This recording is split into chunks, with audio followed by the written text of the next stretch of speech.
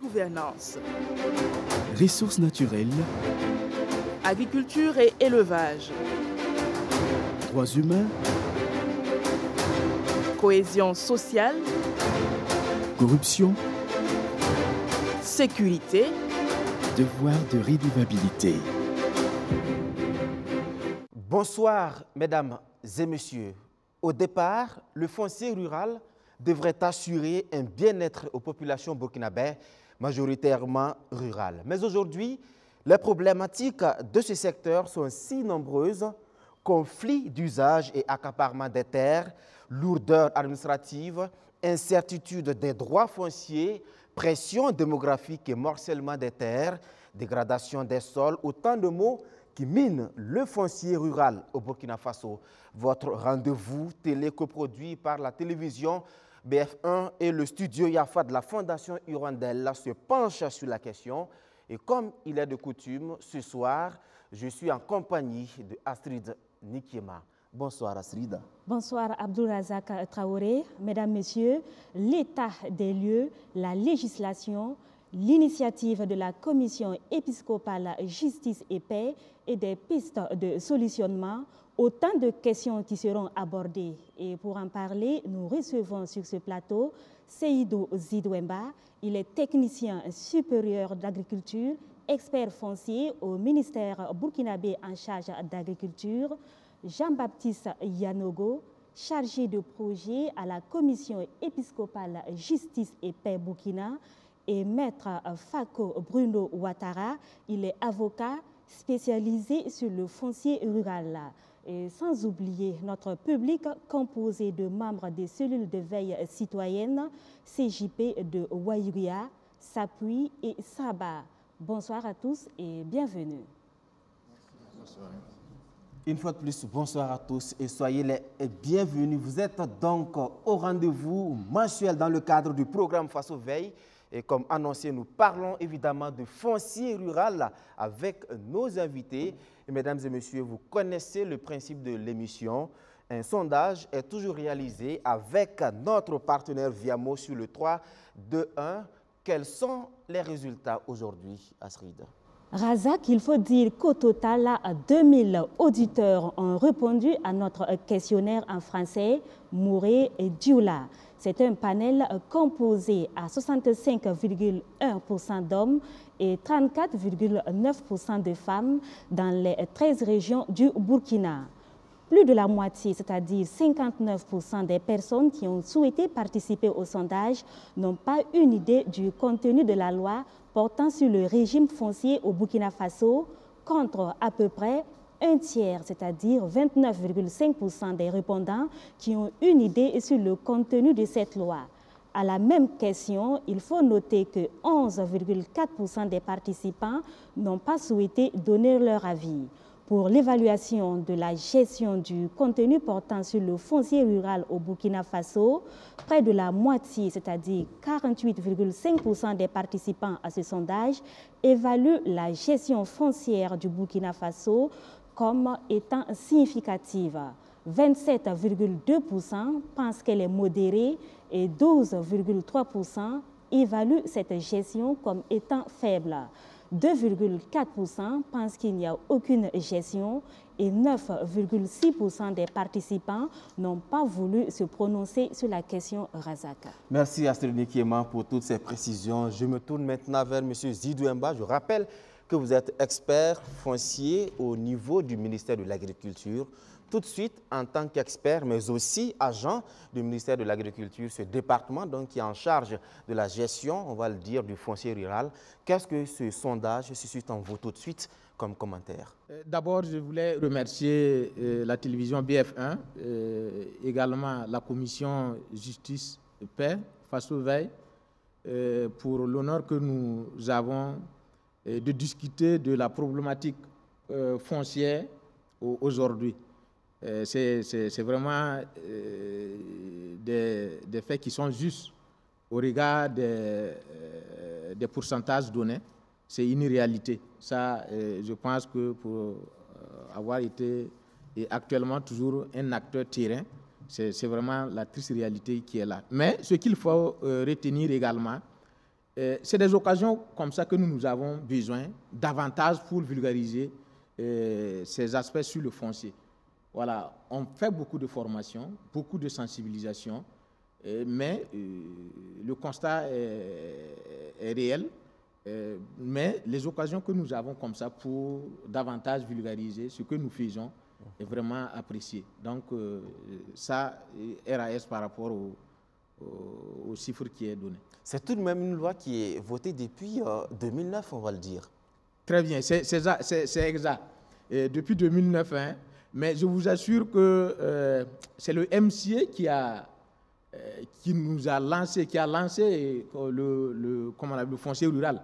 Voilà. Après le MCA, d'autres partenaires comme la GIZ à travers ces deux projets, ProSol, ProPFR et également le ministère de l'Agriculture, on s'évertue, mais je vous assure que le Burkina est vraiment vaste. On s'évertue pour que au moins les acteurs comprennent davantage le foncier rural et ses implications également. Voilà, donc en fait, c'est vraiment une réalité. Mais bon, je pense qu'on travaille toujours pour rattraper ce qui est à rattraper en fait, par rapport à la sensibilisation, information et formation sur les textes législatifs en lien avec le foncier. Merci beaucoup, M. Zidouemba. M. Yanogo, je rappelle que vous êtes de la CJP. Dites-nous comment vous avez vu ce sondage. Alors, nous pensons effectivement que ce sondage répond à la réalité parce qu'actuellement, ce que nous avons comme constat sur le terrain, c'est que la loi n'est pas connue et même les acteurs ne se sont pas appropriés de cette loi-là.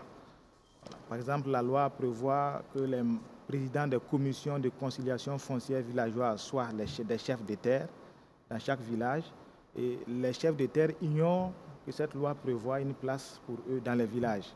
Donc, c'est vraiment une réalité que nous constatons sur le terrain et c'est déplorable. Tout de suite, là, M. Zidouemba vient de le dire, c'est déplorable également que ce soit vraiment des ONG, des associations de la société civile qui s'occupent vraiment de cette question-là, qui est pour nous une question de souveraineté. Voilà, il serait bien vraiment que l'État prenne vraiment à bras le corps la question. Si une loi est votée, elle doit être mise en œuvre. Parfait. Maître Ouattara, Fako, Bruno, vous êtes avocat spécialisé sur le foncier rural. Vous avez une très grande expérience, en tout cas sur ces questions. Vous êtes un observateur de ce domaine.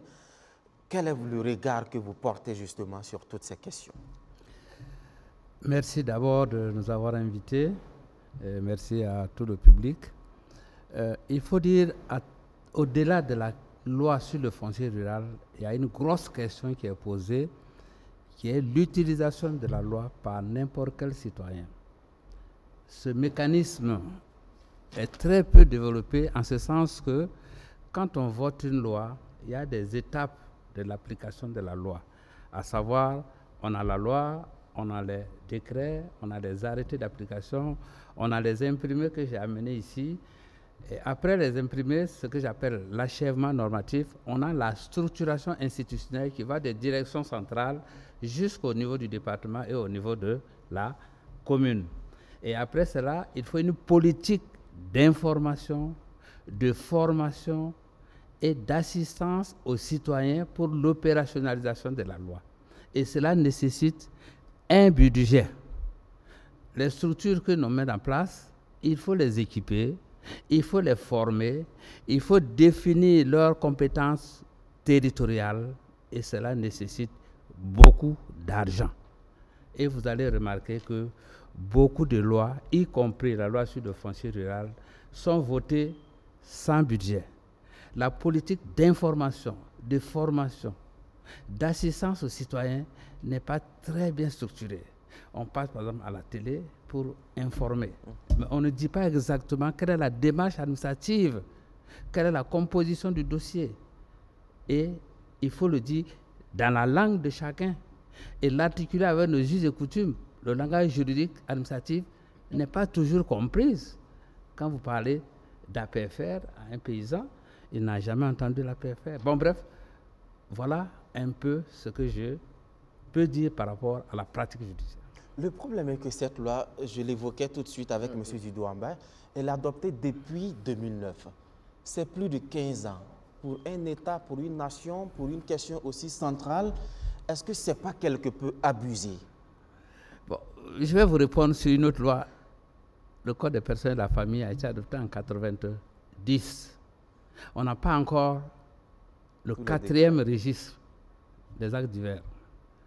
On n'a pas encore un certain nombre d'arrêtés de mise en place des centres d'état civil. C'est une question générale, est-ce que vous voyez?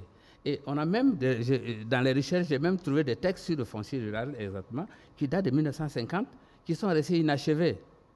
Donc c'est une préoccupation qui est là, sur laquelle, effectivement, nous travaillons au quotidien pour essayer d'amener la loi sur chaque citoyen et dans sa langue et dans sa coutume, qu'il comprend l'articulation entre la loi et sa coutume.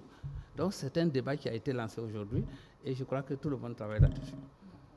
Alors, Razak, mesdames, messieurs, si vous nous le permettez, comment la question foncière est traitée dans les communes, je vous invite à faire un tour dans la commune de Kamti pour toucher du doigt une réalité de la gestion du foncier rural au Burkina.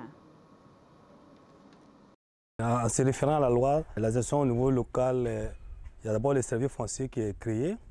Ensuite, il y a les commissions villageoises qu'il faut mettre en place, à savoir les commissions de foncières villageoises et les commissions de conciliation foncière villageoise. C'est tout cet ensemble-là réuni qui géreront la question foncière rurale au niveau de la commune de Kamti. Bon, il y a beaucoup de difficultés. Il faut se noter qu'à Kamti, nous avons 117 villages. Pour se déplacer, d'abord, c'est un peu compliqué pour nous, parce que d'abord, il faut un moyen de déplacement, non pas de moyen de déplacement. Il faut des carburants.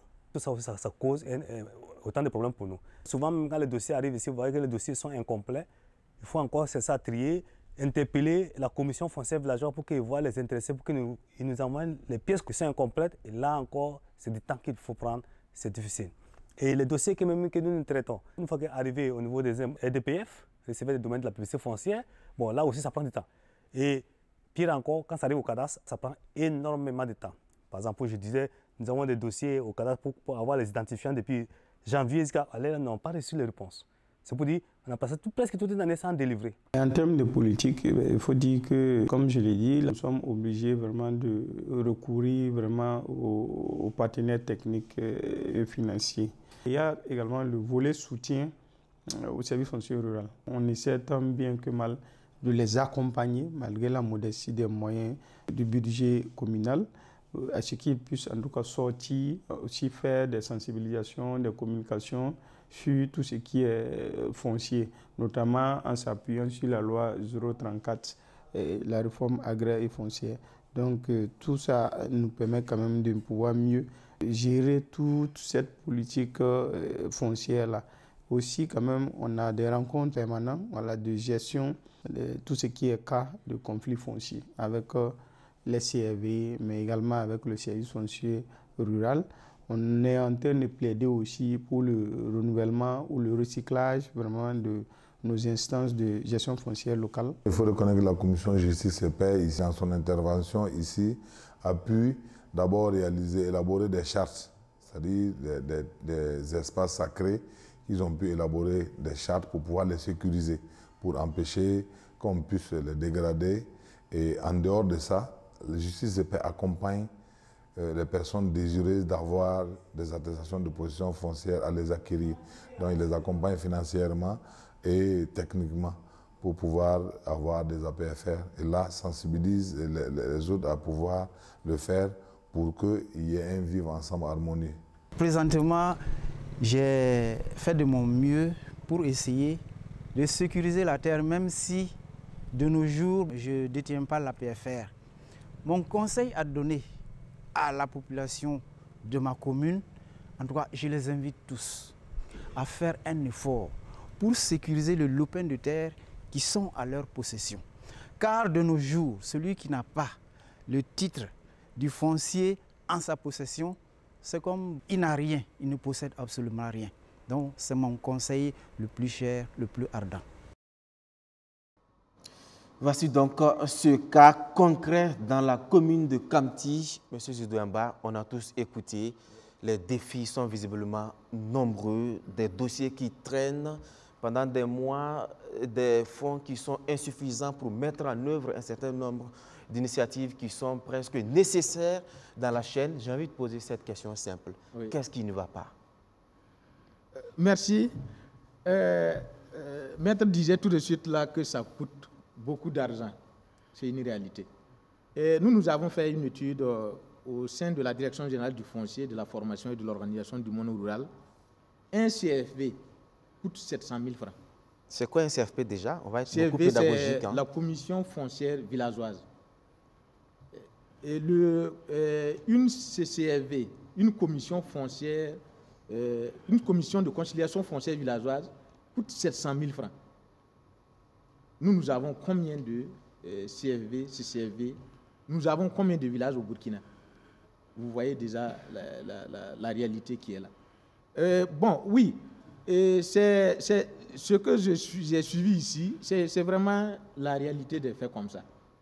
Mais nous avons l'obligation de mettre les CFV et les CCFV un peu partout, partant de leur importance. Les CFV, Commission foncière villageoise, c'est beaucoup plus la prévention. Prévention des conflits.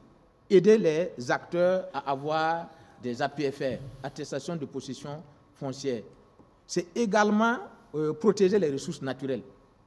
Leurs éléments, c'est les trois éléments essentiels. Là. Mais quand vous prenez la CCFV, la Commission de conciliation foncière villageoise, là, ils ont un rôle de gestion des conflits, c'est-à-dire résolution des conflits. Aujourd'hui, la loi dit, s'il y a un conflit lié au foncier, vous avez l'obligation de passer par la commission de conciliation foncière villageoise. Ça, c'est une obligation avant de pouvoir vous épuiser avant d'aller au niveau des juridictions. Et là aussi, pour en arriver au niveau des juridictions, c'est beaucoup plus compliqué. Non, en fait, ce sont ces éléments-là que je voulais d'abord signaler. Mais pour aller plus loin, je l'ai suivi également quand il dit qu'ils ont des problèmes de logistique. Au niveau de la DG Fomer, avec l'appui des partenaires, nous appuyons les services fonciers ruraux, les SRFR, voilà, pour qu'ils aient, comment on appelle ça, un peu de la logistique pour fonctionner. Et je parlais plutôt des acteurs. C'est bien vrai que M. Herman a dit que on ne doit pas compter forcément sur les partenaires, mais regardez la masse que nous devrons accompagner pour qu'ils aient les services CCFV. C'est énorme. Donc, les partenaires c'est nécessaire. Nous faisons le plaidoyer pour pouvoir avoir un peu pour les accompagner. Voilà, je vais plus loin. La CFV est mise pour 3 ans. Vous voyez, renouvelable chaque 3 ans. C'est mis pour être renouvelé chaque 3 ans. Vous voyez le coût? En fait, c'est un peu ça. Et nous avons l'obligation de faire le plaidoyer, avoir un peu de fonds pour pouvoir les accompagner. En fait, ce sont ces difficultés-là que je voulais énoncer. Mais plus loin également, il faut que je parle d'un élément qu'il a signalé là-bas. La SAP foncière locale, qu'on appelle souvent SAP communautaire. Voilà un élément fondamental, un élément capital dans la prévention des conflits.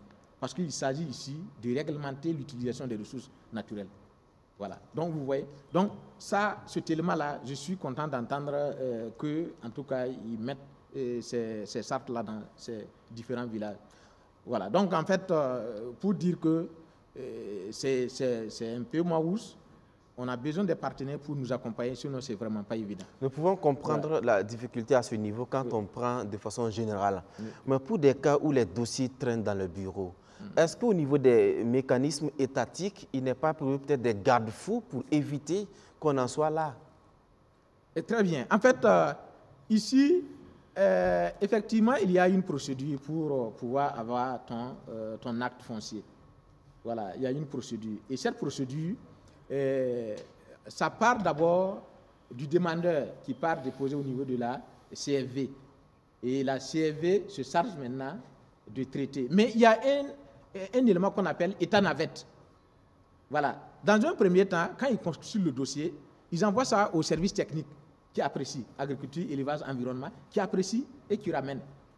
Ils partent maintenant, ils font ce qu'on appelle la constatation publique contradictoire. Et là également, s'ils s'entendent, et comment on appelle ça, ça poursuit sa voie normale. S'ils ne s'entendent pas, ils ont 45 jours encore pour s'entendre. Voilà, c'est-à-dire renouvelable une fois, 45 jours fois 2.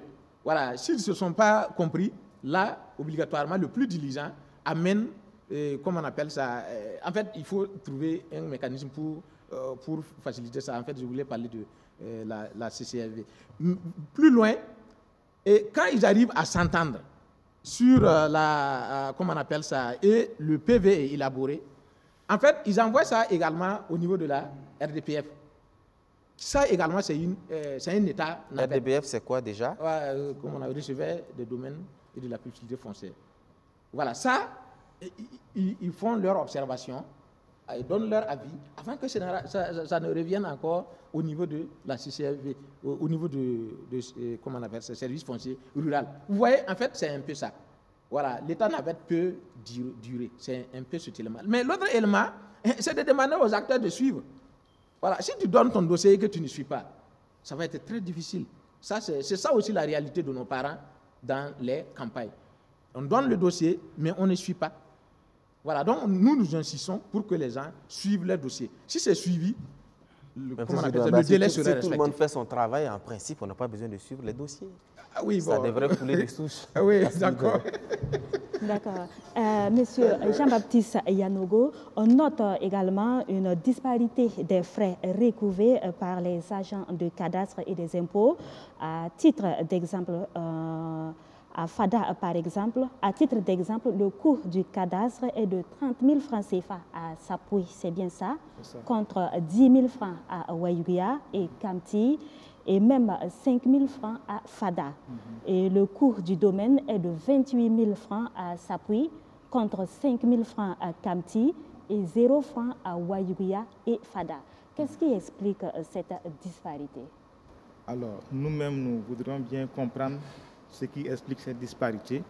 Et comme M. Zidimama vient de le dire tout à l'heure, en fait, il y a des coûts locaux, des coûts qui font l'objet de délibérations justement au niveau des communes. Il y a des coûts au niveau national qui font l'objet donc d'arrêtés qui sont pris au niveau du gouvernement. Alors donc ces coûts qui sont énumérés dans ce document-là sont des coûts qui sont au niveau national. Ils doivent être des coûts harmonisés au niveau national. Malheureusement, nous avons constaté sur le terrain que d'une commune à l'autre, ces coûts varient sur la base justement d'un arrêté de 2014, alors que c'est un arrêté qui est pris au niveau national. En 2021, nous avons eu à payer justement 30 000 francs au cadastre et 28 000 francs au domaine. Nous n'avons pas compris parce que ces frais n'étaient pas justifiés par des quittances, mais par des reçus. Nous avons adressé une correspondance donc aux autorités qui ont effectivement reconnu que ce n'étaient pas des frais qui étaient dus, c'est des frais indus. On nous a remboursé notre argent. On a repris le processus en 2022 et on nous a demandé de payer 8 000 francs au domaine. Ça veut dire qu'il y a un problème même au niveau des coûts parce que déjà, les populations ignorent ces coûts. Ils recourent quelquefois aux spécialistes qui maîtrisent le processus. Ils leur donnent des montants et qu'ils vont payer. Si bien que, il n'y a pas de communication sur le coût, même les services fonciers ruraux, quelquefois, ils ignorent ces coûts qui doivent être payés au cadastre et au domaine. C'est vraiment une réalité sur le terrain. Et quelles pourraient être les conséquences directes? Les conséquences, déjà, c'est ce que le responsable du service foncier rural de Kamti vient de dire, c'est que les actes qui doivent être délivrés dans les délais ne peuvent pas être délivrés. Par exemple, nous avons 17 APFR qui devaient être délivrés en 2022, on n'a pas pu les délivrer. Tout simplement, les dossiers sont restés au niveau du cadastre durant pratiquement une année jusqu'à la fin du projet. Ça, c'est dans la commune de Kamti. Okay. Dans la commune de Kamti.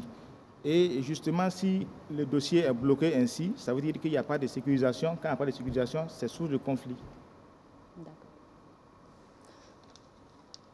Monsieur Yanogo, et comment harmoniser alors ces coûts pour que ça ne laisse pas un peu la population? Comment est-ce qu'on peut arriver à harmoniser ces coûts-là? Alors, nous demandons déjà à l'État, et par la présence de M. Zidouemba sur le plateau, déjà de revoir ces frais qui ne sont pas reconnus même, qui ne sont pas reconnus par des services fonciers ruraux et des bureaux domaniaux. Alors, je ne voudrais pas vous interrompre, mais M. Zidouemba, pourquoi des coûts qui ne sont pas reconnus? Qu'est-ce qui se passe? Je ne voulais pas m'hasarder au niveau des impôts et au niveau du cadastre. Je ne voulais pas m'hasarder là-bas. Mais on dit que ce n'est pas reconnu. Voilà. Non, je voulais juste me limiter au niveau des APFR. Au niveau des APFR, effectivement, les coûts ne sont pas les mêmes. Voilà. Mais là, il a si bien dit. En fait, c'est des arrêtés qu'au niveau de chaque commune, voilà, il décide de combien va coûter. Voilà, on se comprend. Mais là-bas, c'est chaque commune. L'arrêté de 2014, excusez-moi de vous interrompre, il est national. Ce qui veut dire qu'il s'applique à toutes les communes de Burkina Faso. D'où sort, je ne sais pas, ces contorsions de certaines communes pour se faire payer autrement. Bon, c'est vrai que vous ne représentez pas voilà, sur ce plateau. Voilà, donc, ça fait que je reste prudent par rapport à ça. Mais les APFR, effectivement, il y a une différence de coût, mais c'est chaque commune qui décide de combien va coûter. Voilà. D'accord. Alors, M. Yanouron, on continue. Comment harmoniser ces coûts pour que ça ne pèse pas trop sur la population? Alors, nous pensons déjà qu'il faut que l'État même revoie cet arrêté de 2014 parce qu'il ne fait pas partie de la liste des arrêtés qui sont prévus par la loi de 2009, la loi 034. L'arrêté lui-même a un problème. Il ne figure pas parmi les arrêtés qui sont énumérés par la loi 034-2009. Mais c'est une décision, c'est un acte juridique qui est brandi par les agents du cadastre et qui doit être effectivement appliqué. C'est déjà de revoir justement cet arrêté-là pour qu'on voit déjà si on peut même s'en passer. Parce que les populations déjà se plaignent du coût des APFR. Pour un paysan, pour sécuriser un terrain, il faut au moins 190 000 à 200 000 francs. Pour vraiment le coût, le moindre coût. Le coût est assez exorbitant pour les populations. Certaines communes ont travaillé à ce que la demande soit gratuite. Mais il faut déjà, nous avons une recommandation, en tout cas, c'est de voir si on peut se passer de cet arrêté, à défaut de légiférer clairement pour que les coûts soient harmonisés au niveau national. Ce que nous avons comme recommandation donc, à l'endroit de l'État. Merci, M. Yanougo. Réaction rapidement. Oui, en fait, je voulais signaler que ici, effectivement, au regard des coûts, là, le ministère de l'Agriculture, à travers un projet PFCFGA, accompagne les communes. Nous avons essayé avec la commune de Boudry. Cette année, on est en train d'accompagner 4 communes à la délivrance massive des APFR. Je pense que ça semble être un peu cadeau même. Hein. Voilà, ça semble être cadeau. Pour une femme, c'est 5 000 francs. Pour un homme, c'est 15 000 francs. Voilà, donc on l'a essayé avec Boudry. Cette année, nous continuons avec 4 communes. Voilà, mais je vous assure que c'est vraiment intéressant. On aura l'occasion de faire la synthèse. À quand la mise à l'échelle, peut-être au niveau national? Oui, c'était c'est bien d'en faire pour une commune, à Boudry. Oui. C'est une phase pilote. On peut espérer quand pour l'élargir à toutes les communes. Sincèrement, on est là-dessus, mais on comptera également sur la commission justice, paix et qui compte aussi pour voilà, qui doit nous accompagner également et on va élargir ça à toutes les communes. C'est ça. Merci. Maître, tout à l'heure, M. Zidouemba l'a dit, il est revenu sur la difficulté que les instances locales, en tout cas dans le secteur du foncier, ont pour fonctionner. Vous qui êtes un homme de terrain, quelle est la réalité exacte? Que se passe-t-il sur le terrain? Il faut dire certaines réalités de déformation qui existent, j'allais dire, dans le fonctionnement de façon globale dans les projets. Bon, oui, la définition légale d'un projet, c'est améliorer le fonctionnement du service étatique. C'est-à-dire, on vient renforcer son fonctionnement. Si vous remarquez, les projets sont devenus des sources de per diem. Bon, pourquoi on ne fait pas des per diem pour construire vos terrains à Ouagadougou, à Bobo ou ailleurs, les terrains lotis? Pourquoi on ne donne pas de per diem à ceux qu'on attribue des terrains pour construire? Parce que l'intérêt, il sait que c'est son terrain. S'il ne met pas en valeur, on va retirer. L'engagement est personnel. Bon, dans les champs, si je repars dans nos traditions, coutumièrement, chacun connaît ses limites des champs et c'est sécurisé sur le plan traditionnel. Bon, je ne vais pas m'aventurer sur certains rites coutumiers pour dire si c'est ton champ ou si ce n'est pas ton champ. Donc, quand on vient trop monnayer la question foncière, on perd de vue que nous sommes tous enterrés dedans et qu'on va y retourner. Quand on a dit que les communes doivent délibérer, puisque je fais partie, il a dit du MCI, on suppose que la commune, les maires sont issus de la localité. Ils connaissent la préoccupation des populations. Donc c'est à eux de délibérer pour fixer s'ils doivent faire gratuitement. Et quand je dis, par exemple, quand il dit 700 000 francs pour une CCV, une CV, oui, mais quand il parle de, par exemple, de carburant, mais si vous allez à vélo, bon, souvent on se comprend sur certaines thématiques, quoi. Parce que aller donner la formation, on peut la donner une seule fois, en mettant les documents à la disposition des gens. Il a parlé des chartes foncières. Oui, mais c'est mon champ. On était de passer de la coutume à la loi. Bon, si je refuse de passer, bon, à un moment donné, je vais rencontrer des difficultés. Donc, il faut bien leur expliquer. Et je vous dis, j'ai fait une expérience à Banfora, où c'est les femmes qui ont amené leur mari à une formation sans per diem sur l'état civil. Si votre enfant n'a pas d'acte de naissance, il n'a pas de certificat de nationalité, il n'ira nulle part. Si vous ne lui expliquez pas bien, il va croire qu'il attend des per diem pour le faire. Mais quand vous l'expliquez bien, il agit lui-même.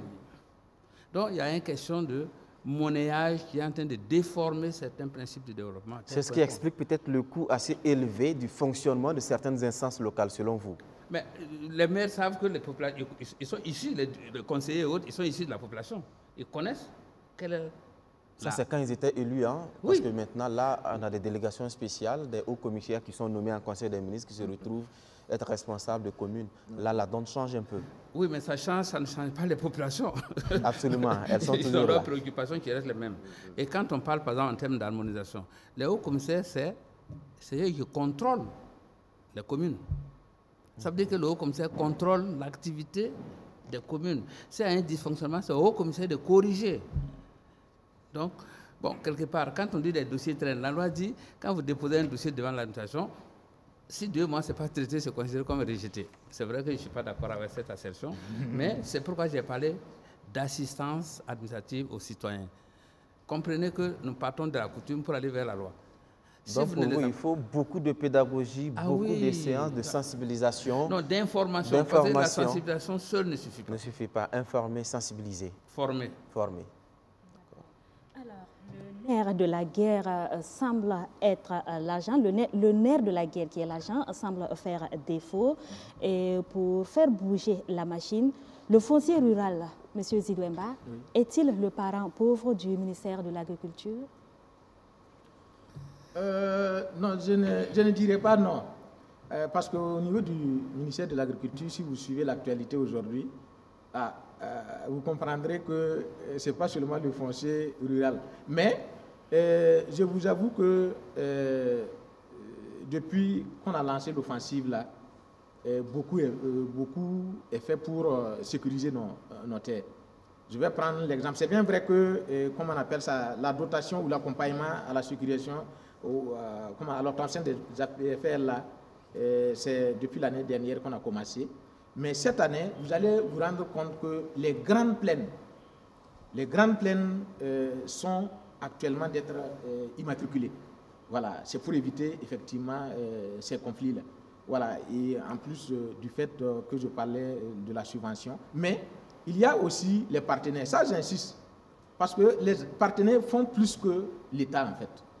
Il y a le PARGFM qui est là aujourd'hui. Il y a ProSol. Il y a, comment on appelle, ProPFR, il y a l'État, il y a, je viens d'apprendre qu'eux aussi, ils sont dans l'appui également à la, comment on appelle ça, à la mise en place des instances, partant l'appui à l'obtention des APFR. Voilà, donc en fait, beaucoup de partenaires aujourd'hui qui interviennent au niveau du ministère de l'Agriculture. Donc ça va, vous ne souffrez pas trop? Non, bon, pas qu'on souffre. Le maître a dit tout de suite ici. Bon, il y a la manière, en fait. Voilà. Bon, qu'on s'attelle à corriger, mais ça reste un peu difficile quand vous connaissez un peu les acteurs terrain. C'est-à-dire qu'il faut rappeler, il faut informer, il faut sensibiliser, il faut former. Voilà. Mais l'autre élément qu'on doit retenir également, par rapport à ce que Maître disait tout de suite, en fait, il y a les mouvements, comment on appelle ça, du personnel formé, ça c'est un.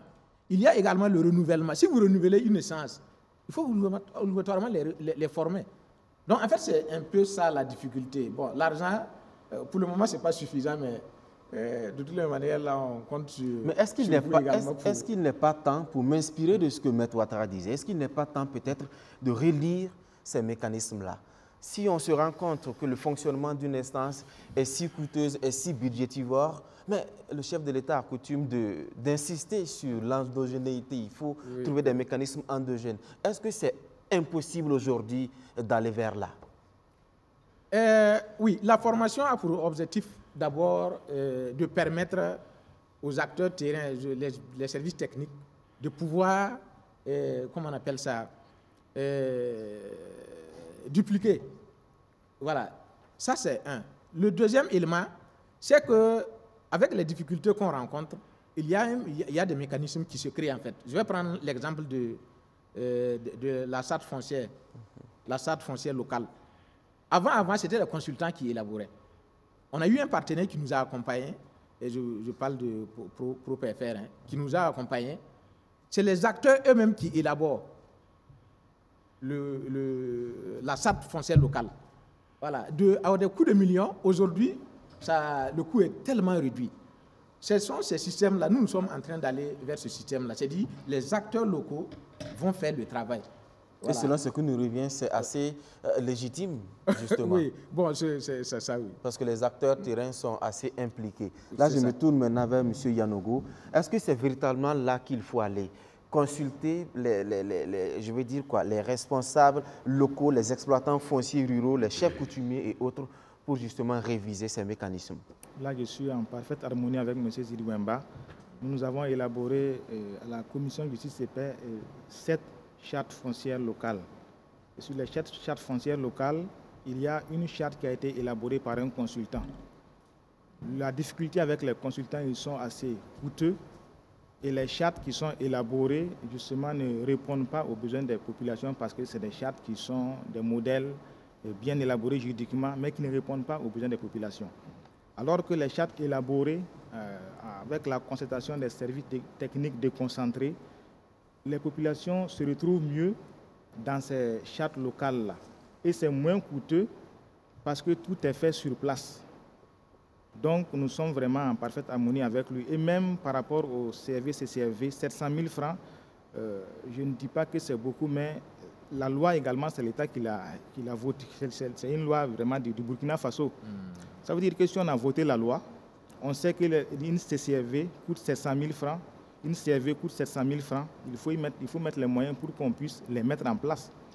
Nous avons mis en place au niveau de la commission justice et paix des CRV avec moins de 150 000.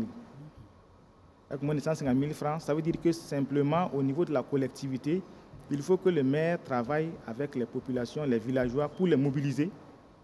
Lorsqu'ils sont mobilisés, ils sont acquis à la cause, ils se donnent gratuitement. Nous avons mis en place une CRV récemment dans 5 villages de l'arrondissement 7 de Bobo-Dioulasso où, après notre départ, la mairie a pris l'initiative d'acquérir les registres pour les CCRV qui travaillent actuellement. Ça veut dire que c'est possible. C'est possible de travailler à moins de 700 000 francs. Alors, si on s'en tient au budget justement qui permet de pouvoir mettre en place ces structures-là, il va falloir revoir la loi. Je pense que la loi est actuellement en relecture. Il faut travailler à ce qu'on ait une loi qui est effectivement mise en œuvre. Il faut vraiment qu'on y arrive parce que lorsque la loi est votée et qu'on ne peut pas la mettre en œuvre et que les populations ne se reconnaissent pas dans cette loi, c'est vraiment difficile. Et là, je suis d'accord avec Maître qui dit qu'il faut insister sur la formation. L'expérience que nous avons sur le terrain, lorsque les populations comprennent le contenu de la loi et qu'elles se retrouvent, c'est elles qui prennent l'initiative d'aller plus loin. D'accord. Alors, Maître Ouattara, je me tourne vers vous à présent. Sur le terrain, nous constatons des plaintes relatives au nombre d'agents au niveau provincial et régional. C'est le cas notamment à Fada, où on se retrouve souvent avec 2 agents pour les 27 communes. Est-ce que cela ne favorise pas en quelque sorte la corruption? Bon, c'est vrai que la question de la transparence et de la bonne gouvernance, il y a des paramètres qui sont mis en place de contrôle. Il faut dire, quel que soit le nombre des agents, il y a un mécanisme. Les agents sont notés et on vous note à votre rendement. Et un agent est suivi par un supérieur hiérarchique, ainsi de suite. Vous voyez? Et votre travail est noté. Si je prends le cas de magistrat, un juge d'instruction, chaque mois, il est tenu de faire l'état de ses dossiers. Bon, maintenant, si cela n'est pas fait et que le supérieur ne fait rien, bon, comprenez qu'il y a une complicité, une duplicité qui entraîne des défaillances. Donc, sur le plan institutionnel, les structures sont organisées de telle sorte que le mécanisme de transparence joue. La question, est-ce que ça fonctionne? Pourquoi ça ne fonctionne pas? Ah, moi, je ne veux pas créer des problèmes en tel. Ah, moi, je ne veux pas créer des problèmes en tel. Pendant que le militaire qui nous défend, on rend encore hommage au VDP, aux militaires qui nous défendent, le militaire qui est au front, s'il dit, lui, il ne veut pas de problème, nous devenons des esclaves. Mais toi qui es dans le bureau, assis, tu dis, ah, moi, je ne veux pas créer de problème à un tel. Pendant qu'il y a quelqu'un qui est assis au front et qui te protège, toi.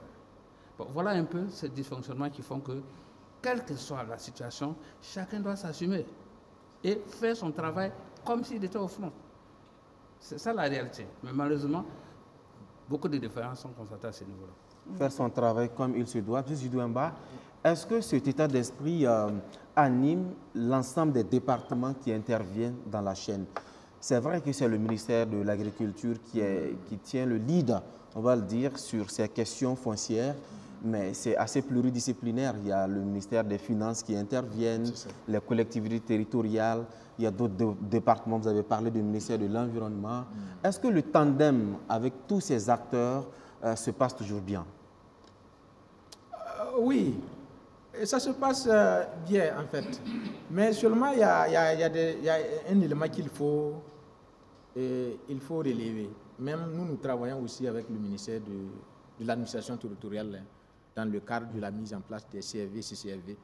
Voilà, donc il y a également le ministère en charge de la justice qui souvent nous convoque par rapport à des thématiques liées à la gestion des conflits. Ce que je veux dire ici, en réalité, souvent, on a des doublons en fait dans les communes. On a des doublons, c'est quoi? Je vais prendre un exemple, la CCRV, la commission de conciliation foncière villageoise, qui est chargée de la résolution des conflits. Voilà, nous on appelle, eux ils font ça, c'est la GAC, gestion alternative des conflits. C'est-à-dire, c'est la conciliation, rien que la conciliation. Ils font tout pour que l'affaire ne parte pas en justice. Voilà. Il y a cet élément. Mais il y a également que le ministère de la Justice a un comité au niveau départemental ou bien c'est au niveau village qui est chargé également de la résolution des conflits. Vous voyez? Donc, ça, c'est un élément, en fait. Dans certains villages, il y a la cacophonie, en fait. Voilà. Donc, ça, c'est un deuxième élément. Vous savez, il y a de ces villages également, et les conflits là sont résolus par les pratiques traditionnelles. Vous voyez? Donc, ils font fi de c'est-à-dire que les problèmes sont résolus, voilà, peut-être sans que la commission ne soit au courant ou sans que la commission n'intervienne. Oui, ça dépend de qui est en face de la commission. Vous connaissez bien le milieu rural. Voilà, donc je ne vais pas aller loin sur ça, mais c'est ça la réalité aussi. Donc il y a ce doublon que nous déplorons en fait.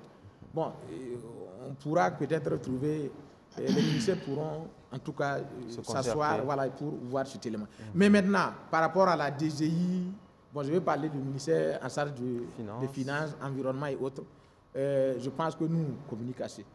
Voilà, si je parlais de l'État navette, voilà, vous comprenez. L'État navette, c'est à plusieurs niveaux. C'est entre les services techniques, agriculture, élevage, environnement, bon, plus bien d'autres. Mais il y a l'État navette également avec, comment on appelle ça, le ministère des Finances. Voilà, donc là, on se comprend. Mais c'est la lourdeur là maintenant que vous avez si bien dit en introduction. Mais moi, je conseille toujours à nos producteurs, à nos parents, de suivre leur dossier. Voilà. Voilà, j'espère qu'ils nous suivent ce soir. Très bien. Surveillez vos dossiers. C'est ça. Alors, vous avez un mot à ajouter rapidement avant qu'on passe? Oui, justement, je voulais juste rapidement réagir par rapport à la question du doublon au niveau des instances là. Je pense que la loi est claire, la loi 034 est claire, portant régime foncier rural. La CCRV a une compétence exclusive pour la gestion des conflits fonciers ruraux, pas une autre instance. Donc, dans chaque village, lorsque ce n'est pas la CCRV qui rend un PV de non-conciliation, le juge refuse de recevoir le dossier. Et je pense que la difficulté ressort vraiment dans les communes où nous intervenons, parce qu'il y a des communes où les CCRV ne sont pas mises en place. Ils n'arrivent pas à travailler alors qu'il y a des conflits fonciers. Les juges, il y a un arrêt de la Cour de cassation qui permet que lorsque la CCRV n'existe pas, ou même si elle existe, lorsqu'il y a une instance qui est reconnue dans le village et qui a l'habitude de résoudre les conflits et qui arrive à produire un PV de non-conciliation, le juge accepte de recevoir le dossier. Ça veut dire qu'il y a quand même un effort qui est fait même au niveau local pour qu'on puisse résoudre les conflits par ces mécanismes-là. Mais lorsque on reconnaît que c'est le ministère de l'Agriculture, et précisément la DGFOMER, qui est chargée de la mise en œuvre de cette loi-là, nous pensons que vous devez vraiment travailler à ce que les populations soient mieux informées et formées sur la loi, de telle sorte qu'elles puissent s'approprier de ce qui est prévu. Parce qu'on sent déjà, nous, en tout cas en tant qu'acteurs sur le terrain, que les populations veulent des solutions à leurs problèmes. Il suffit seulement de leur expliquer les choses clairement. Ce que je voulais juste ajouter à ce que... Oui, je voulais, quand je suis de... Rapidement, allez-y, rapidement. Le ministère de la Justice, quand on dit... Non, le ministère de la Justice n'a pas d'autres instances au niveau du village, comme il a dit. Si on laisse passer ça, même s'il y a des doublons, ce n'est pas officiel.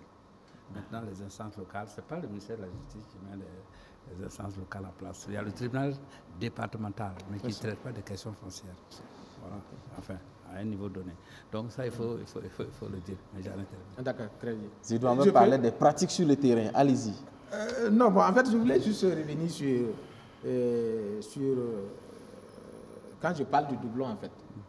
Et la commission de conciliation foncière villageoise n'est pas compétente pour la résolution de tous les conflits. C'est ça. Voilà. Conflit foncier. Donc, je vais prendre des exemples. Rapidement, parce que là, on n'a pas le temps. Voilà, très bien. Voilà, conflit lié à la gestion des ressources, voilà, conflit de limites, conflit entre propriétaire terrain et un exploitant. Voilà.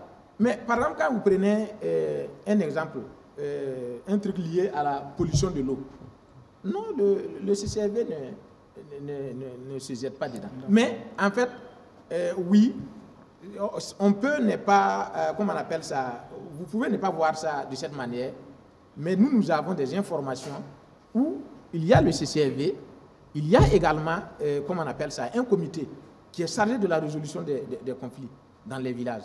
Oui. Voilà, donc du coup, qu'est-ce que moi je peux appeler? Je vais appeler que c'est un doublon. Voilà. C'est votre impression. Oui, très bien. D'accord. Razak, mesdames, messieurs, puisqu'on parle de résolution de conflits, s'il y a bien une structure qui œuvre à prévenir les conflits, c'est bien la CJP.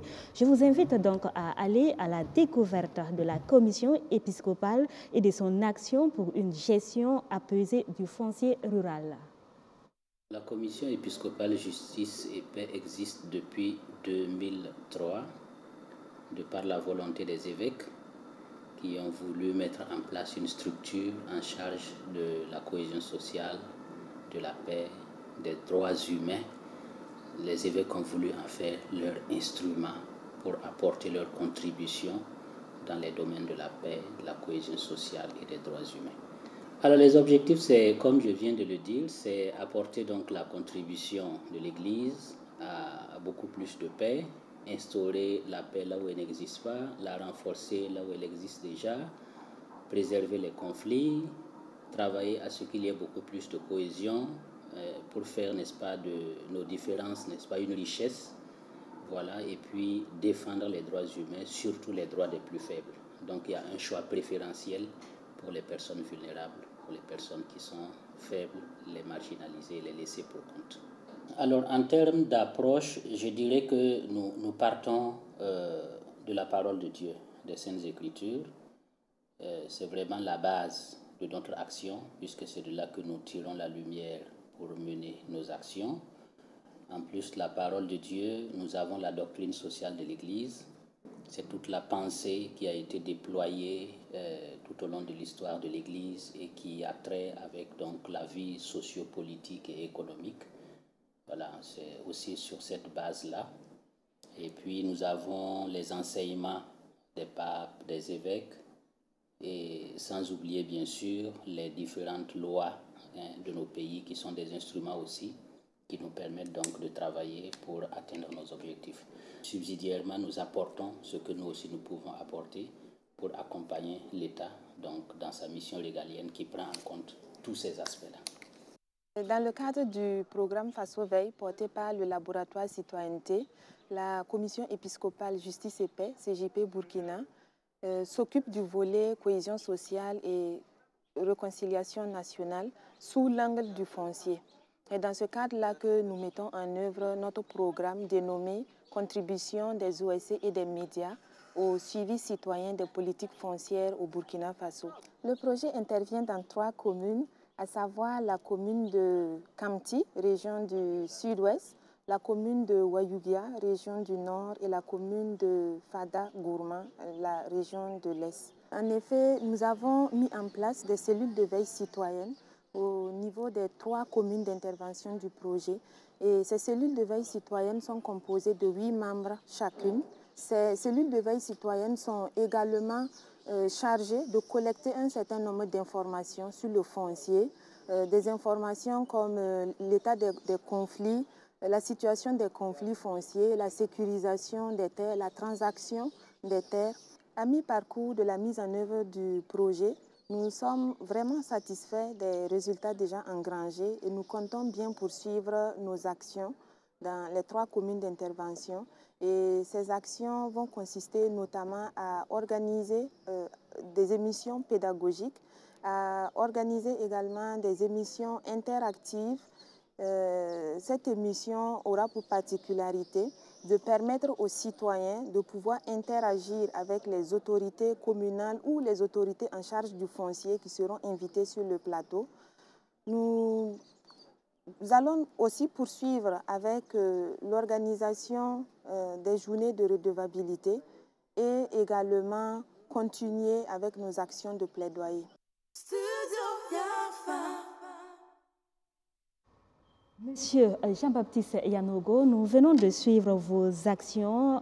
Dites, quel est votre constat quant à la question du droit d'accès des femmes et des jeunes à la terre?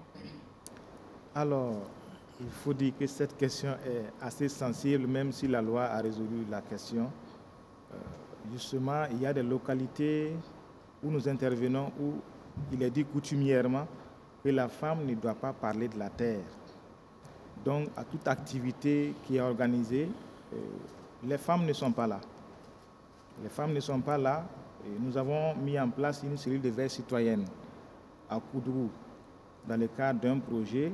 Et les filles qui ont été consultées pour être membres de la cellule, ayant consulté leurs parents, ne sont pas venues. Parce que tout simplement, on dit qu'elles ne doivent pas venir là où on doit parler de la terre. Alors que la loi a prévu que nous sommes tous égaux en droit. La Constitution l'a prévu, que ce soit la politique nationale sur le foncier, que ce soit la loi 034 portant un régime foncier rural, la loi 034 réforme agraire et foncière au Burkina. Tous ces documents reconnaissent que la femme a droit à la terre autant que l'homme. Nous constatons sur le terrain qu'il y a des réalités socio-culturelles qui tiennent encore. Ils font que les femmes n'ont pas, elles ont la terre peut-être pour l'exploiter, mais pour avoir un titre, ce n'est vraiment pas évident.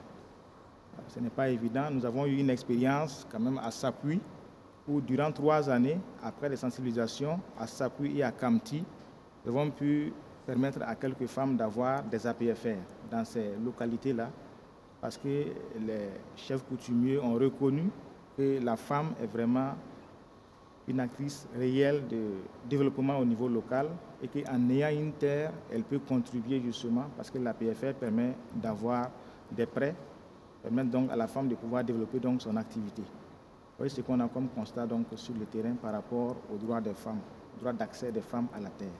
Il y a le défi de l'accès des jeunes et des femmes à la terre. Il y a aussi l'autre volet qui a été occasionné avec l'avènement de l'insécurité, cette crise qui frappe de plein fouet le Burkina Faso depuis 2015. Je pense notamment à l'avènement des PDI, les personnes déplacées internes. Elles ont fui les localités, les affres terroristes pour se retrouver dans des communes assez sécurisées. Là également, la question de la terre se pose avec acuité. Le constat sur le terrain dit quoi? Alors, sur le terrain, il faut dire qu'il y a des conflits qui naissent, qui sont nés, qui naissent encore, du fait justement de la cohabitation entre population haute et PDI, personnes déplacées internes. Vous savez qu'au départ, on mettait en place des camps pour recevoir les PDI. Il s'est révélé justement des questions d'insécurité, d'hygiène publique.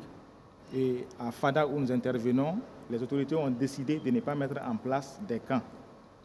Elles ont demandé aux populations de recevoir volontairement les PDI.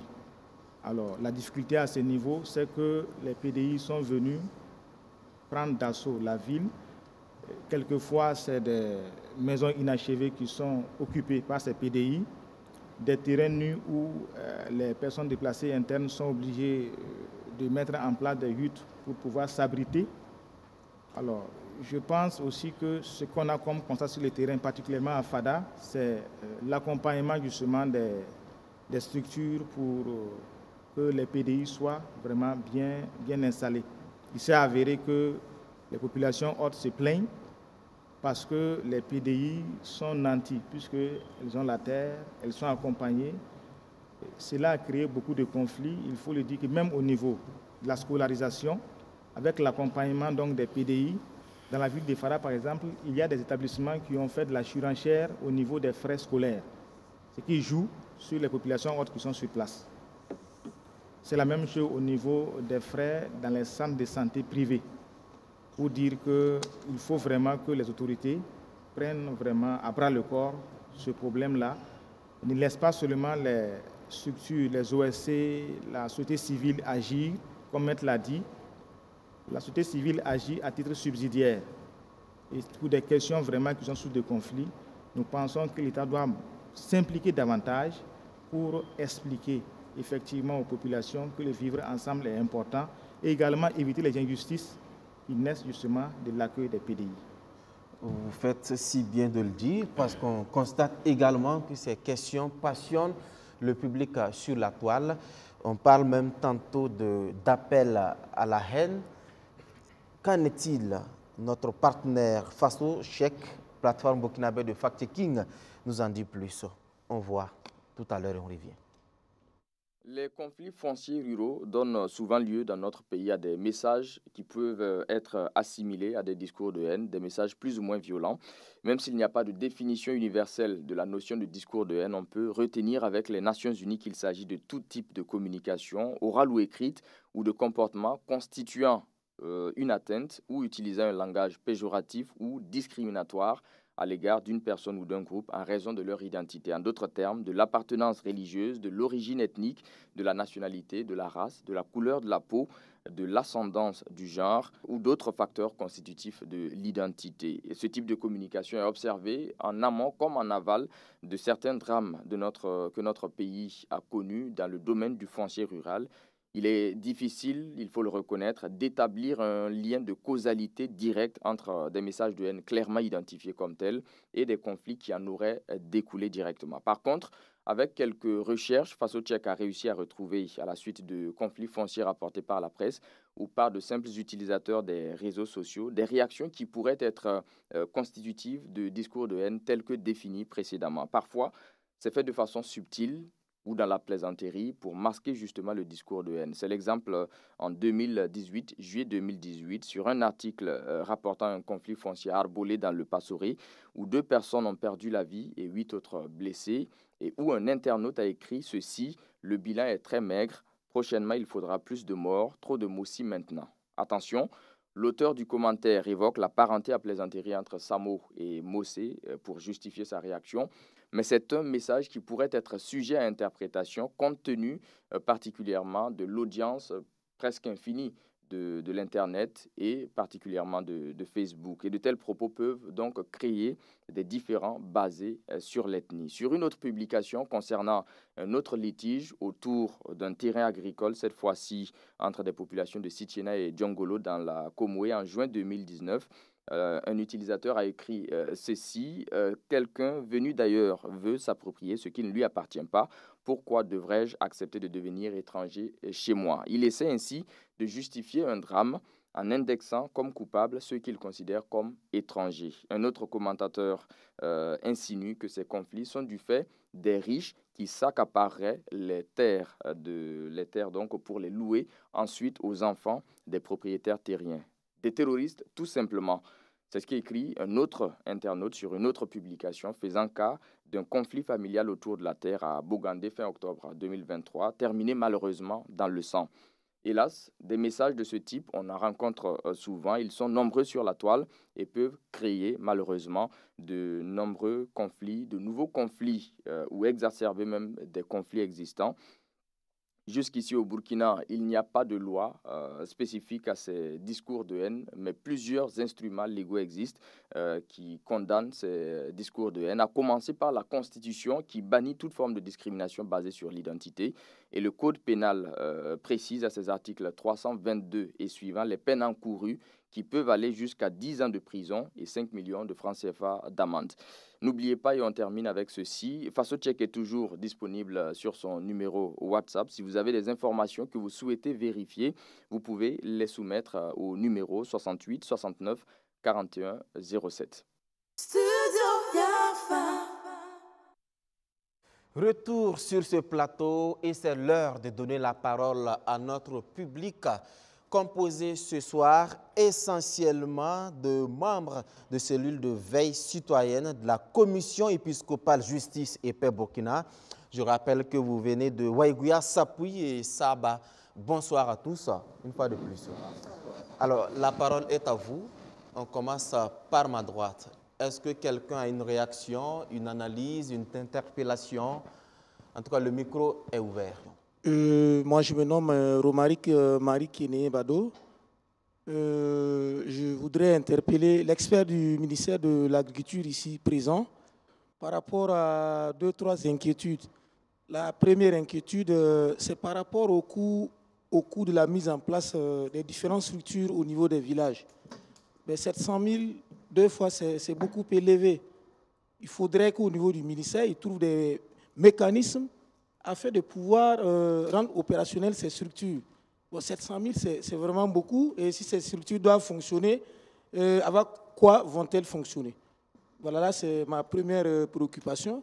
Ma seconde préoccupation, c'est par rapport au PDI. Que prévoit le ministère de l'Agriculture, bon, parce que c'est le ministère de l'Agriculture ici présent qui représente l'État. Donc, prévoit l'État pour que ces populations qui n'arrivaient plus à retourner chez elles puissent acquérir des terres et pouvoir les exploiter sans qu'il y ait un conflit avec, bien sûr, les autochtones. Donc, ce sont là mes deux préoccupations. Merci beaucoup, M. Bado, pour votre intervention. On va répondre du tic au tac. Je pense que c'est mieux. Ça permet d'aller plus vite. D'accord. Ah, d'accord. Voilà. Oui, très bien. Le coût par rapport à la mise en place des CFV et CCFV, voilà, je disais qu'on est en train de chercher une alternative pour que la mise en place de ces commissions-là soit faite au niveau local, pas des agents déjà formés ou bien des acteurs déjà formés pour pouvoir mettre en place.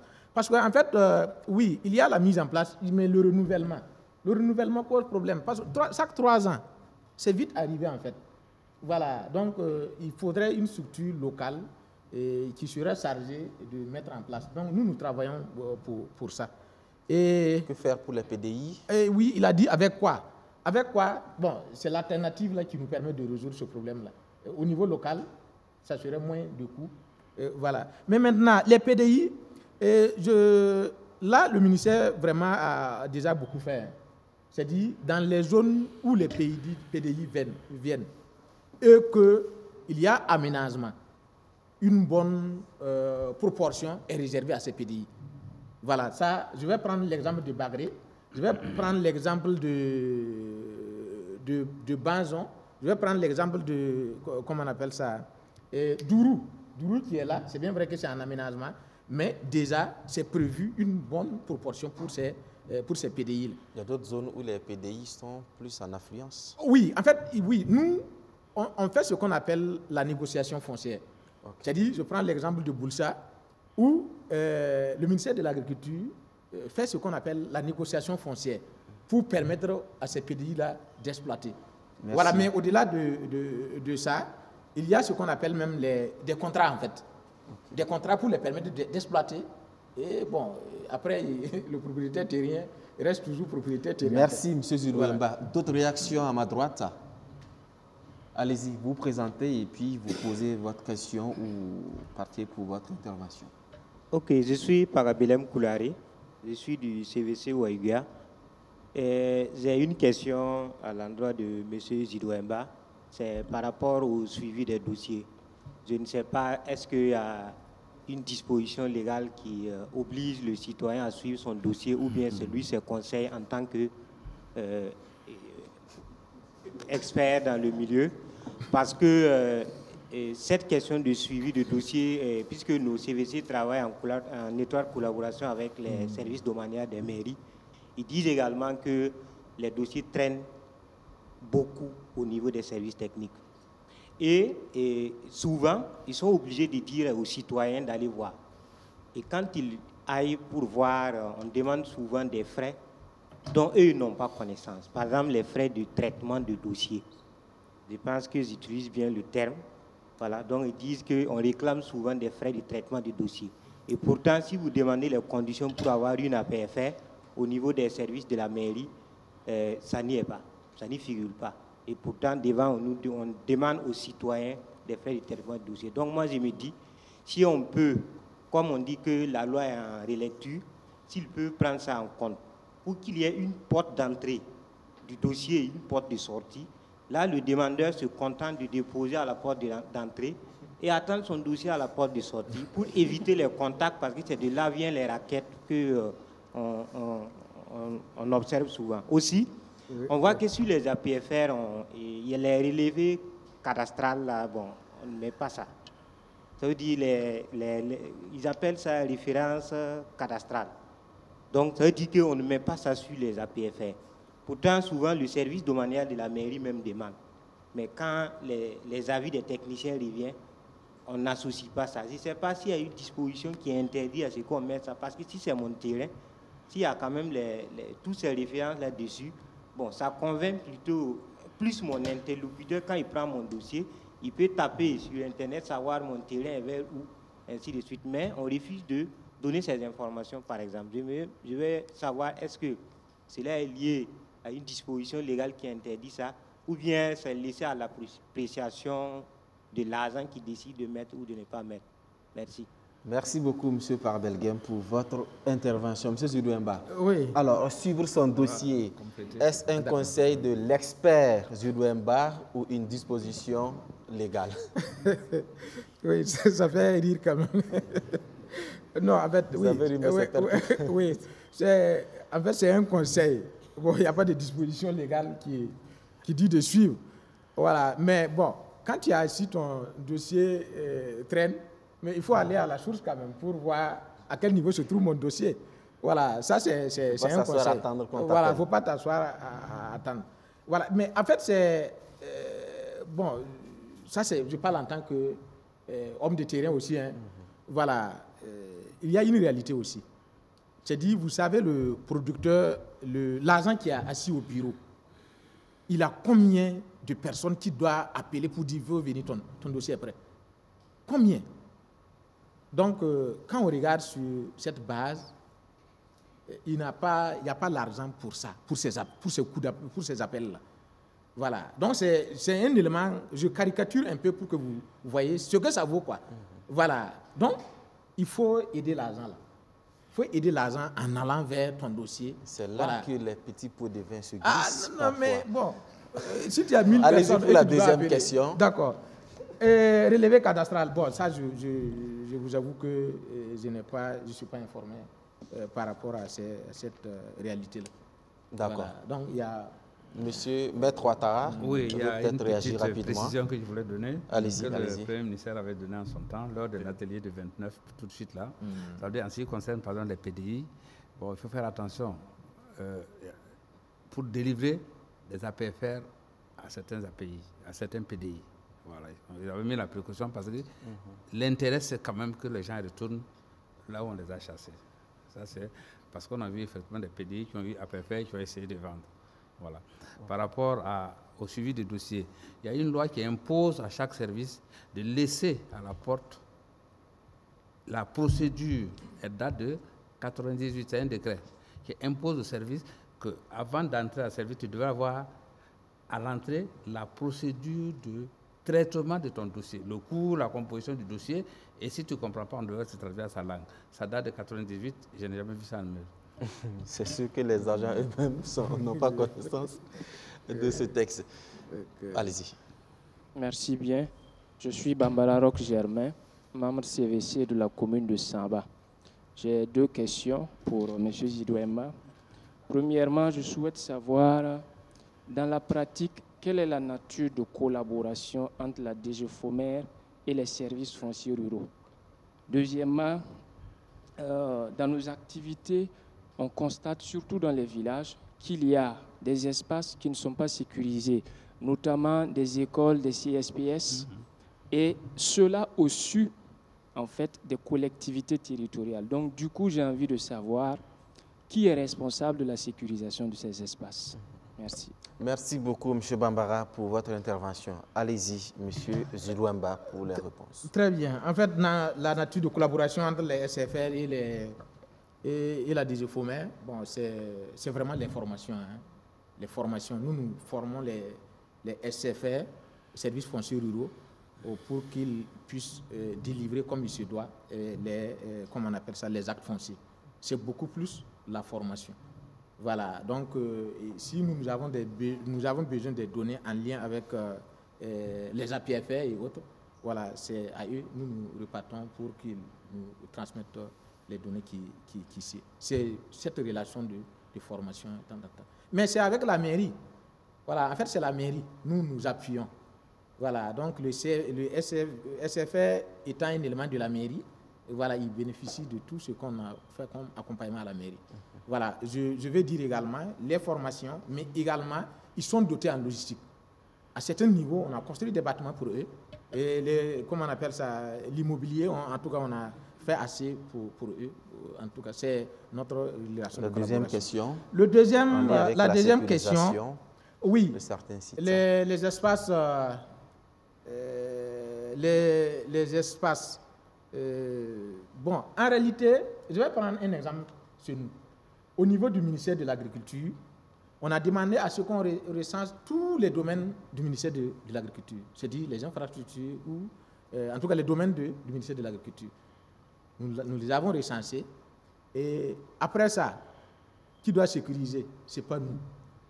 Il y a une structure nationale qui est mise en place, qui est l'ANDFOP, Agence nationale des domaines du foncier et des organismes publics.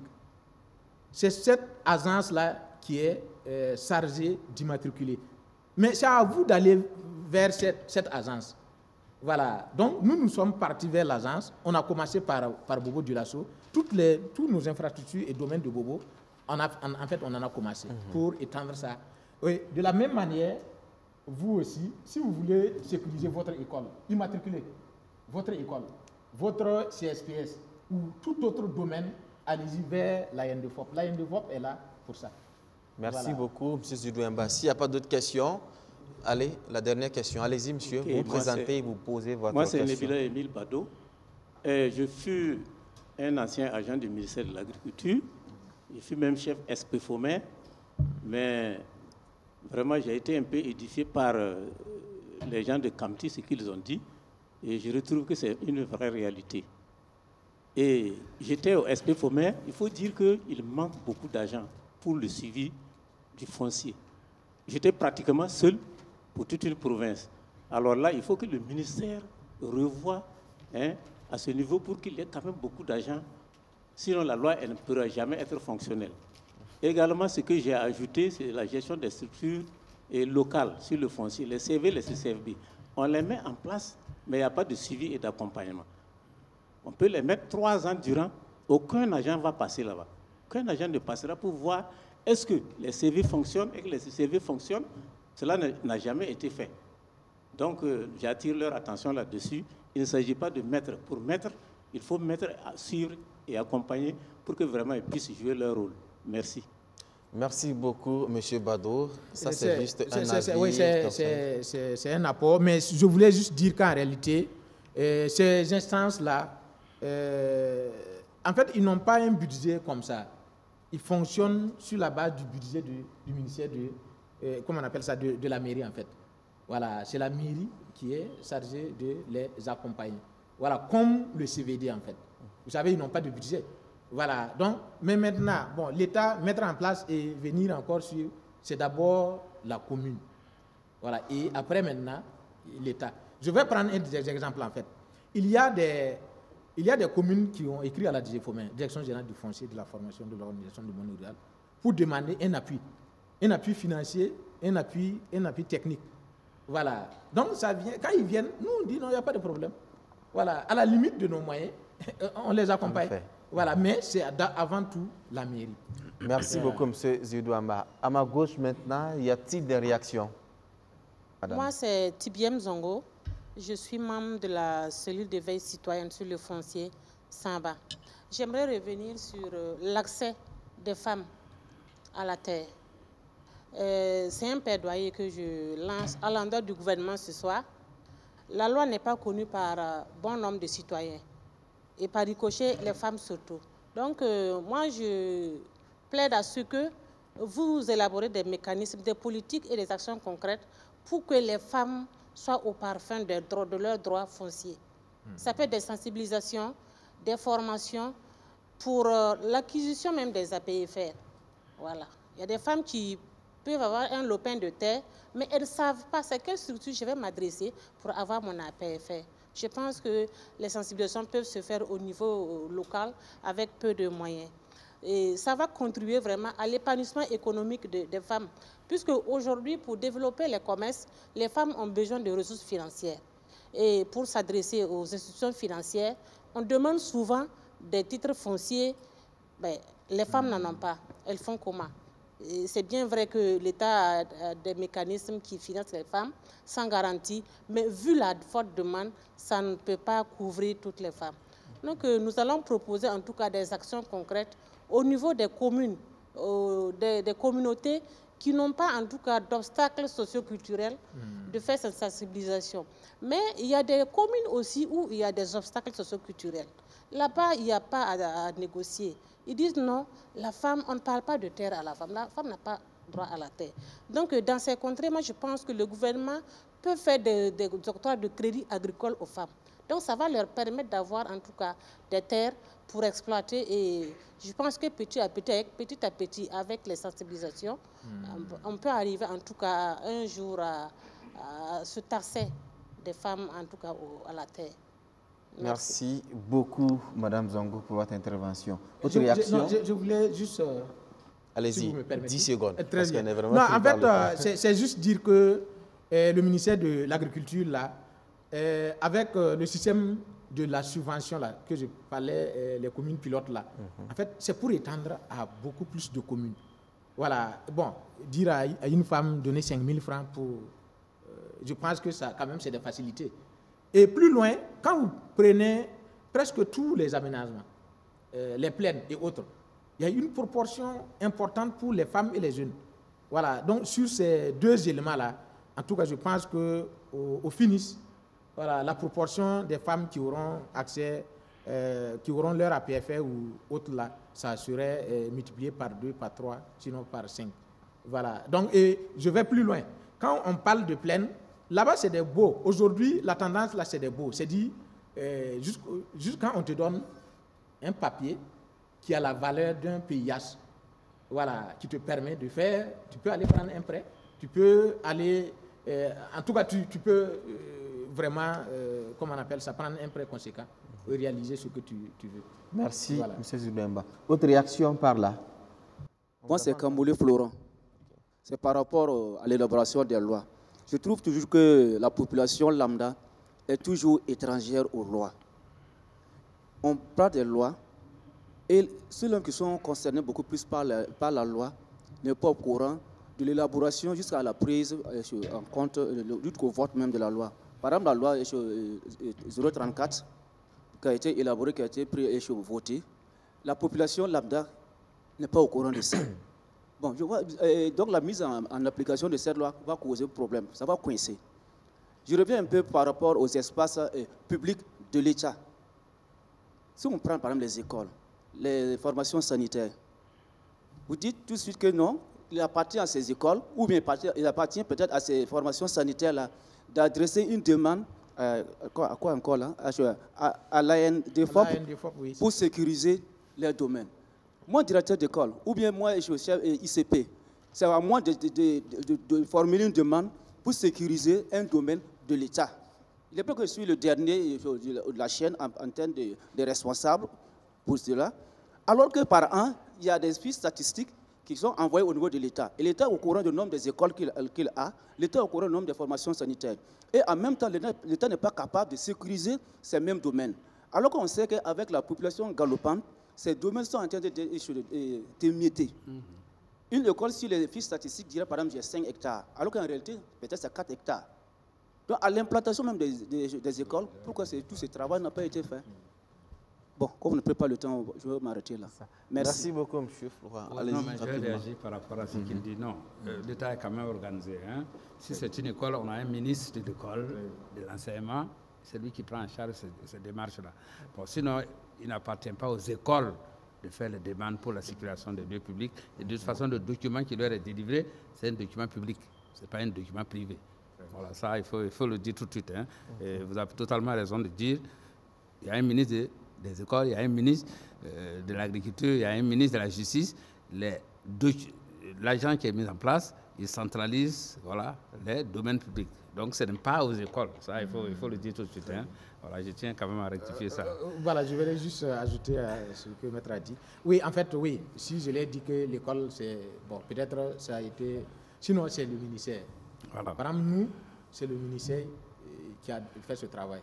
Quand vous prenez au niveau de l'armée, c'est le ministère qui... Voilà, je pense que là, il ne faut même commencer au niveau de l'armée. Et quand vous prenez les autres, en fait, c'est à partir du ministère. Voilà, donc ça c'est... Mais maintenant, je voulais revenir à l'élaboration de la loi là. En fait, l'élaboration a été participative. Hein. Toutes les composantes, voilà, toutes les... comment on appelle ça? Parties prenantes. Toutes les parties prenantes étaient là. Voilà, donc, bon, mais comme on ne peut pas regrouper individuellement les Burkinabés pour faire, bon, je pense qu'il y a eu des représentants. Voilà, ça a été participatif. Mais maintenant, bon, les insuffisants dont vous parlez, je pense qu'on reconnaît. Voilà, mais sinon, ça a été participatif et accepté par tous. Merci, M. Zudemba. D'accord, nous tirons inexorablement vers la fin de cette émission, mais avant, un dernier tour de table et nous commençons avec vous, M. Yanogo, des pistes de solutionnement ou bien des recommandations pour une meilleure gestion du foncier rural. Alors, pour une meilleure gestion... Rapidement, 30 secondes quand même, chacun. Oui, pour une meilleure gestion du foncier rural, nous avons déjà formulé nos recommandations depuis le départ. Nous comptons vraiment sur le ministère de l'Agriculture et les autres ministères qui sont impliqués dans la gestion du foncier pour que, en ce moment vraiment de relecture des textes-là, on puisse prendre en compte l'opinion de la société civile qui représente vraiment les citoyens et qui répercute les réalités des citoyens donc sur le terrain. Nous recommandons vraiment que ce soit pris en compte, qu'on ne se limite pas aux résultats des voyages d'études pour élaborer les textes, mais qu'on tienne compte de ce que la société civile amène comme résultat donc, du terrain pour améliorer donc, la gestion foncière au Burkina. D'accord. Maître Ouattara, une question que bon nombre de Burkinabés se posent. Je suis citoyen, je suis face à une injustice ou un conflit foncier rural. Qu'est-ce qu'il faut faire? Oui, c'est ce que je parle en termes d'information. On devait faire quand même des capsules juridiques dans les langues de chaque citoyen, où que vous trouvez, qui vous explique avec des dessins, des schémas, qui vous montrent quelle est la démarche à suivre et quel est l'aboutissement. Si vous allez aller voir le greffier, par exemple, on vous dit c'est quoi le greffier dans votre langue en termes de référence à vos us et coutumes. Vous voyez, c'est ce qui manque. Ça veut dire que l'utilisation de la loi par chaque citoyen devrait être... Parce que la loi, c'est quand même fait pour le citoyen. Ce n'est pas fait pour être classé dans les bureaux. Or, malheureusement, on a des lois qui datent de je ne sais pas de combien d'années qui ne sont jamais appliquées. Donc, face à une injustice, il y a des procédures normales à CCV qu'on saisit en premier lieu, qui PV de considération, non-considération. Non-considération, vous allez devant le tribunal. Comment saisir le tribunal, huissier, assignation, vous voyez tout ça. Cette terminologie-là, ce n'est pas abordable à tout le monde. D'accord. Monsieur Zidouemba, et vous avez écouté les uns et les autres? Très bien. Oui, en fait, je voulais dire ici qu'en réalité, la relecture, là, ça ne se fait pas sans les OSC. Ils sont partie prenante. Et je pense qu'ils vont se comprendre lors de la validation. Et l'autre élément, au niveau du ministère de l'Agriculture aujourd'hui, nous avons un défi. Le défi, c'est de pouvoir mettre en place toutes les instances. Je vais parler des CRV, CCRV, dans tous les villages du Burkina Faso. Ça, c'est un défi pour nous. Voilà, la formation, la sensibilisation, et vraiment, comment on appelle ça, arriver à mettre comment on appelle ça, à l'ISAL national. Ça, c'est vraiment un défi pour nous. Et l'autre élément, c'est de féliciter ici les partenaires. Les partenaires font beaucoup pour nous dans le cadre de l'accompagnement des communes à la mise en place des CRV, CCRV.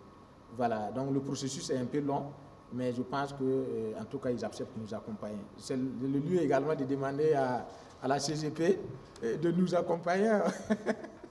De nous accompagner, on va aller plus loin et plus vite. Voilà. Merci M. Zidouemba, mais avant de nous quitter, une dernière question. Je suis un particulier, je vais disposer de terres en milieu rural pour un projet agro-silvopastoral. Tout de suite, quelle est la démarche à faire?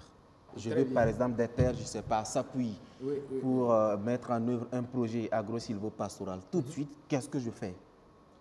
Oui, en fait, c'est prévu les transactions. Voilà, c'est dit, soit quelqu'un va vous vendre sa terre, ou bien il va vous mettre en location sa terre. Voilà, donc je pense que c'est les deux éléments-là aujourd'hui. Aujourd'hui, ce n'est pas permis, selon les textes, de vendre une terre qui n'est pas sécurisée. Voilà, donc c'est ça la réalité. Et si c'est la location aussi, voilà, comment on appelle ça, il vous fera la location conformément au texte en vigueur. Voilà, et c'est à vous maintenant de voir dans quelle mesure vous pouvez vous orienter dans le cadre de votre production. Sinon, il y a la transaction, ça c'est pas interdit. Okay. Mais si c'est pour payer, sachez que là où vous devez payer, assurez-vous que la terre est sécurisée. Okay. Voilà. Et je voulais, maître, permettez-moi, quand vous prenez l'exemple de Sapuy et Léo, vous allez payer une terre qui est déjà la propriété de quelqu'un. On vous vend encore cette même terre. Vous voyez ce... double attribution. Voilà, ce double attribution. Mais maintenant, c'est de conseiller également, si vous voulez payer, faites-vous référence au niveau cadastral pour qu'il vérifie est-ce que là où moi je vais payer, ça n'appartient pas à quelqu'un. Sinon, vous serez victime de ces situations que nous voyons ces derniers temps. Voilà. Merci beaucoup, M. Seydou Zidouemba. Merci. Vous voulez ajouter un dernier mot rapidement? 5 secondes, allez-y. Oui, mais si vous êtes propriétaire terrien et que vous voulez passer à la légalité, il y a un dossier que vous faites, c'est l'APFR, l'attestation de possession foncière, dont l'origine veut dire que l'État est venu trouver nos parents sur leur terre. Sans laquelle on ne peut pas vendre de terre? Normalement. En principe? En principe. D'accord. Merci donc à Maître Bako Bruno Ouattara. Je rappelle que vous êtes avocat spécialisé sur le foncier rural. Merci d'être passé sur le plateau ce soir. Merci également à Seydou Zidouemba, technicien supérieur d'agriculture, expert foncier au ministère burkinabé en charge de l'agriculture. Merci d'être passé. Merci à M. Jean-Baptiste Yanogo, chargé de projet à la Commission épiscopale justice et paix Burkina. Merci d'être passé. Merci au public donc ce soir, composé de membres des cellules de veille citoyenne de la Commission épiscopale justice et paix. Vous êtes venus de Saba, de Waïgouya et de Sapui. Merci à tous pour votre mobilisation. Asrida, ça sera tout. Merci et à la prochaine. Ressources naturelles, agriculture et élevage, droits humains, cohésion sociale, corruption, sécurité, devoir de redevabilité, droits humains, cohésion sociale, corruption, sécurité, devoir de redevabilité, corruption, sécurité, devoir de redevabilité.